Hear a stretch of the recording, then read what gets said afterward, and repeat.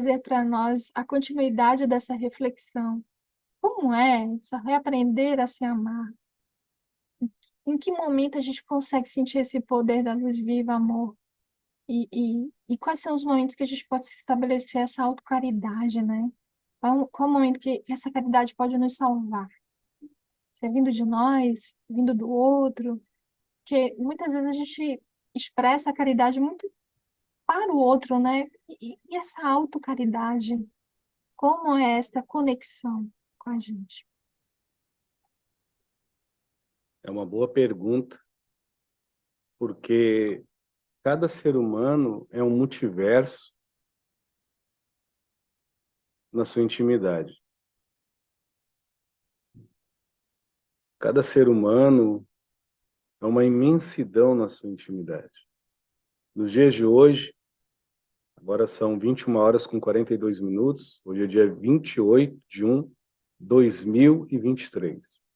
Nos dias de hoje, como vai ficar registrado aqui, eu nem sei se isso é um elogio ou isso é uma acusação de sentença.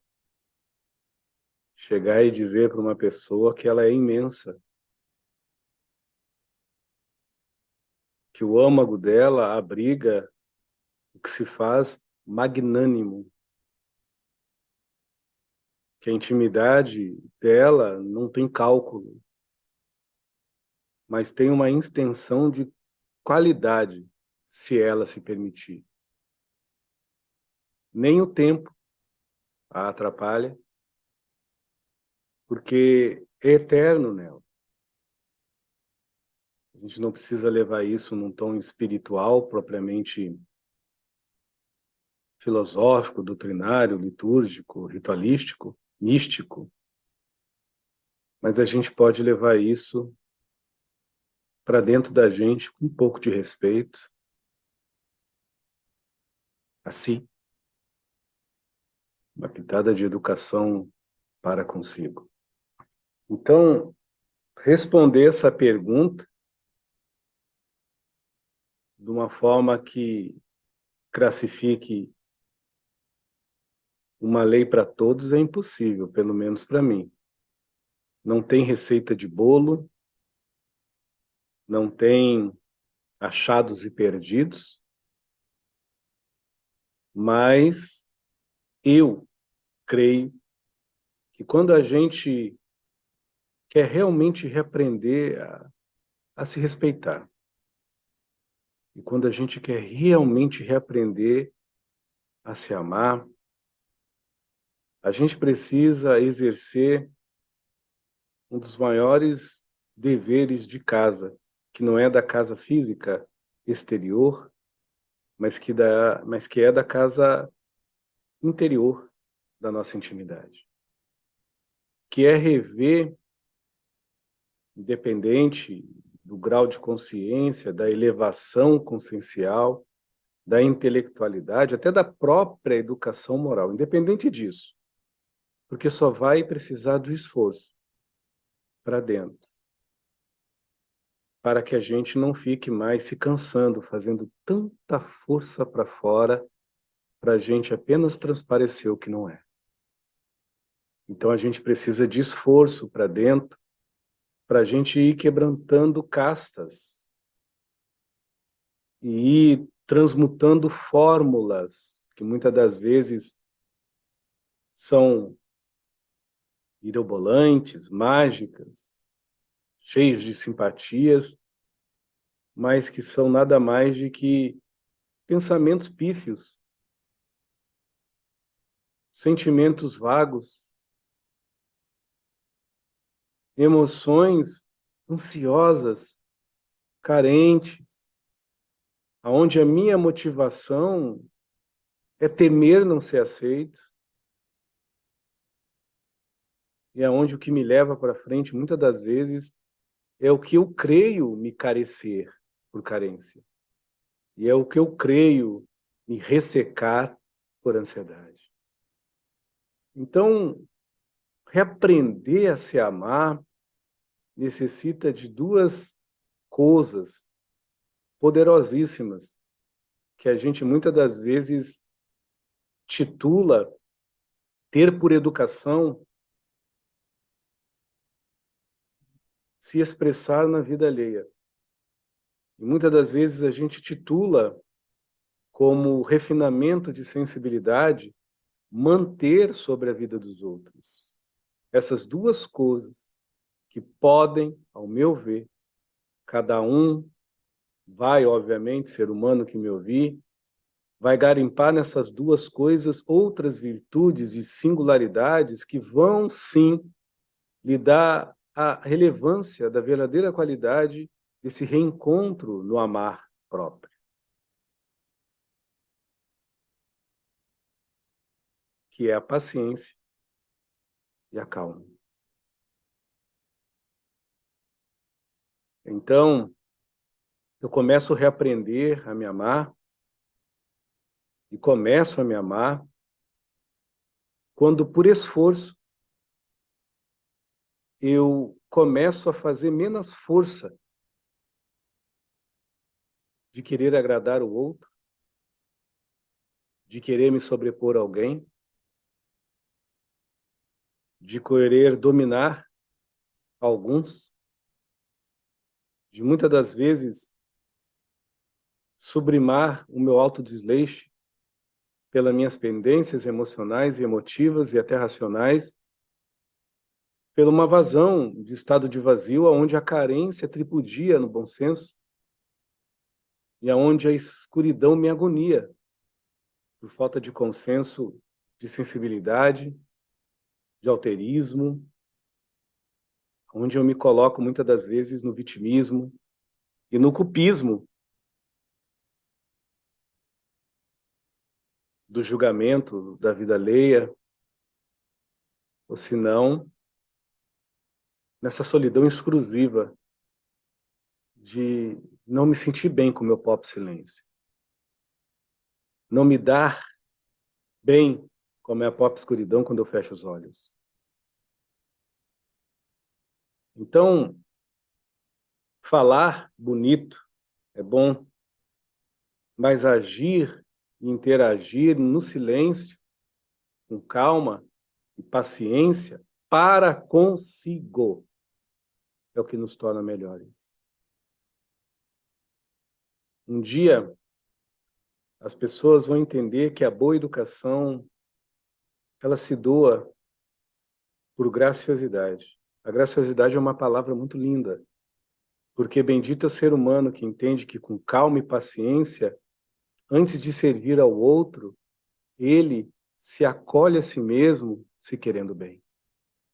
E este acolhimento para consigo próprio traz-lhe na mente do raciocínio, no pensamento, aonde o predomínio, mesmo que seja pensar racional, uma graciosidade tão sublime e sagrada que a cultura sempre vai ser abaixo da desenvoltura da educação.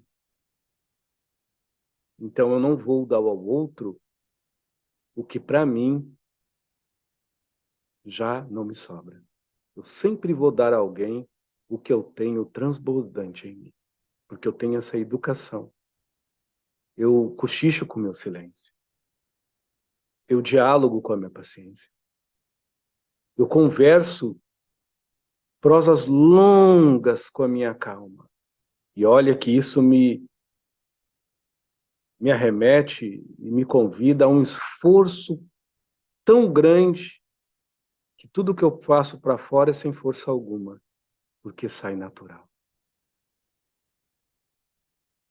Na área dos sentimentos, essa bravura deste ímpeto de fazer racionalmente este esforço para dentro, vai me dar uma brandura que vai vir da alma, que não vai vir da superficialidade do ego, dos meus interesses pomposos de pretensão e presunção, não vai germinar do meu grau de consciência mediante o que é certo, o que é errado, o que é bem, o que é mal, não desfazendo disso. E não vai fluir da minha mente perante ao que já está antepassado, ou que está passando, ou que ainda está por vir. mas vai vir da minha alma. Então dizem que o sentir não pensa, mas não existe maior coerência no raciocínio quando o predomínio do afeto pela sensibilidade é que nos dá, além da lógica da inteligência, a sabedoria da coerência.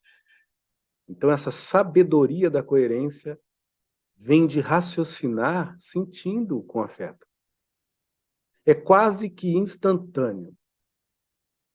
E por ser quase, se transforma momentâneo em todas as feituras que nós possamos transbordar para fora.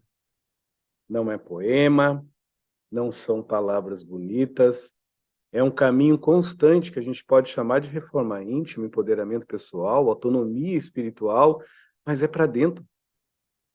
Então a calma e a paciência é a diligência do empoderamento pessoal, é a audiência na primeira fila da autonomia espiritual, quando a gente reaprende que o amar vale a pena para fora, mas a verdadeira recompensa é sobrar amor próprio por dentro. Na área da emotividade, é onde a gente entende que a morte se estremece. É onde a gente compreende que o tempo para. Porque na área da emoção, que muitas das vezes são desconexas, são desarmônicas, eu sinto uma coisa, me emociono de uma forma, eu raciocínio de um jeito, mas as minhas emoções cramam outro modo.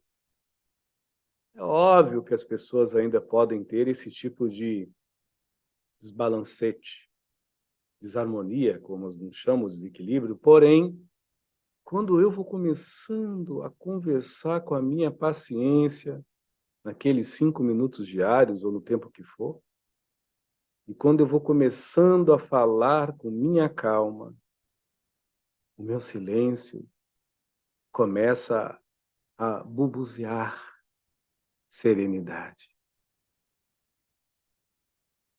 Começa a bocejar mansitude.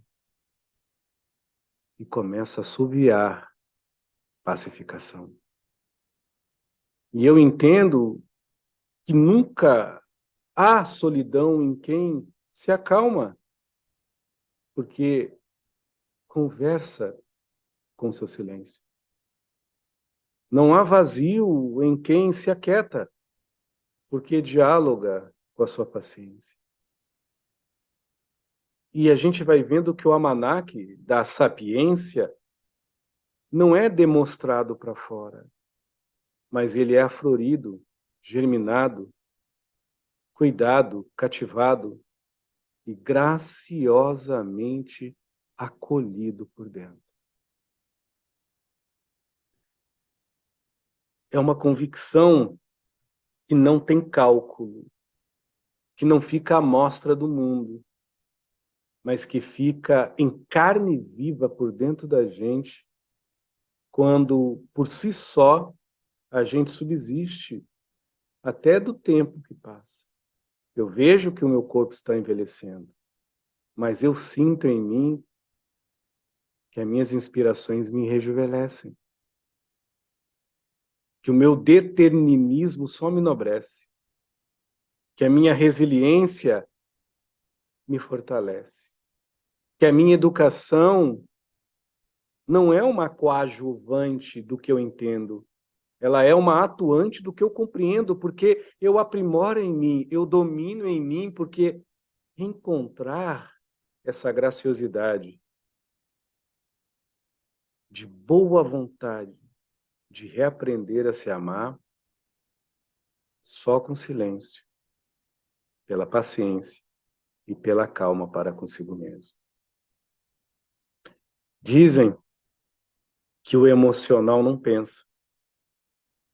Dizem que o emocional não sente. Mas é engraçado que quando a gente começa a fazer esse exercício, não é que o emocional começa a nos dar vagarosamente uma impressão de alegria, de compaixão, de preenchimento em si, de lucidez. E não é que os raciocínios, mediante esse predomínio das emoções mais harmônicas e equilibradas, tornam a inteligência tatuada pelo brasão: indulgência, altruísmo e gratidão. Porque a gente tem para doar, porque nos sobra para viver. Não só para subsistir, ou existir, ou sobreviver à própria vida. E terminando o que eu tenho para falar, se os sentimentos comungassem com esse transmutar de padrão emocional, nós iríamos muito mais requerer a qualidade do que a quantidade. Então, interiormente, este empoderamento cria um envolvimento entre as emoções e os sentimentos que eu poderia dar um nome de completude. Seria o eu sou lúcido. Isso, Edson, transformaria a minha vida para fora? Talvez não. Mas transformaria totalmente a tua existência por dentro. Ao ponto de você não só mais existir, mas de você viver. Ao ponto não mais de você só se manter, pertencer, mas de você ser o que é.